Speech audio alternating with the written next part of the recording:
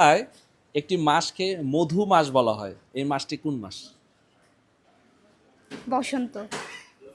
বসন্ত বলে কোনো মাস আছে কিনা সম্মানিত দর্শক, আপনাদের কাছে আমার জিজ্ঞাসা, বাংলায় বসন্ত বলে কোনো মাস আছে কিনা? সম্মানিত দর্শক এই একটু হাসতেছে, ওরা একটু জিজ্ঞেস করি।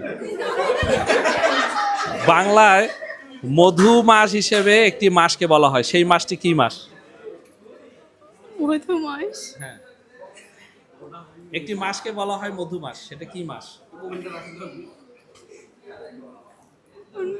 সম্মানিত দর্শক নিজে পারে না, কিন্তু হাসতে হাসতে শেষ।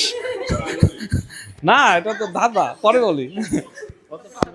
আচ্ছা ঠিক আছে, আমরা দ্বিতীয় জনের কাছে যাচ্ছি। এর মধ্যে কি বললি কিছু নাকি? বাংলায় মধু মাস হিসেবে একটি মাসকে বলা হয়, সেই মাসটি কি মাস? স্যার জ্যৈষ্ঠ মাস। ধন্যবাদ, তার জন্য এটা জোরে করো তবে। কেউ মনে বলে দিছে না?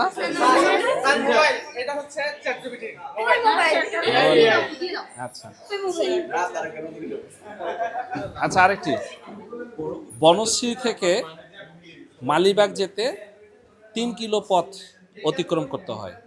মালিবাগ থেকে বনশ্রী আসতে কত কিলো পথ অতিক্রম করতে হবে? স্যার 3 কিলোই তো তাহলে। চালাক আছে।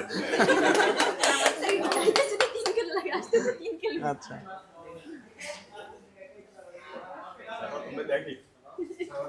ওই দেখিও না,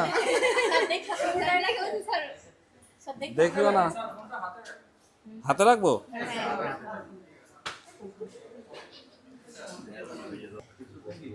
সুন্দর মানুষ সব সময় ভালো হয় না, কিন্তু ভালো মানুষ সব সময় সুন্দর হয়।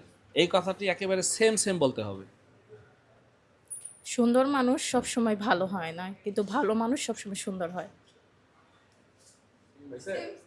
সেম সেম এটা বলতে হবে। হয় নাই, হয় না।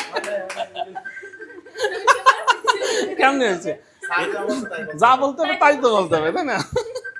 এইটা হয়েছে। আমি তো বলছি এই কথাটি সেম সেম বলতে হবে, তুমি তো এই কথা কও নাই না রে, বুঝো না? বলছে আরে কি এগুলো ছোট ছোট করে করবা? হ্যাঁ,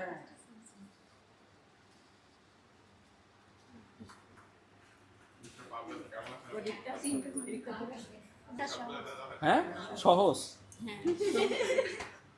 যেমন মধু মাছগুলো ধরতে হবে। ইস রে। স্যার ফার্স্ট কোশ্চেন দিলে আমরা সবগুলো আনসার দিতে পারতাম।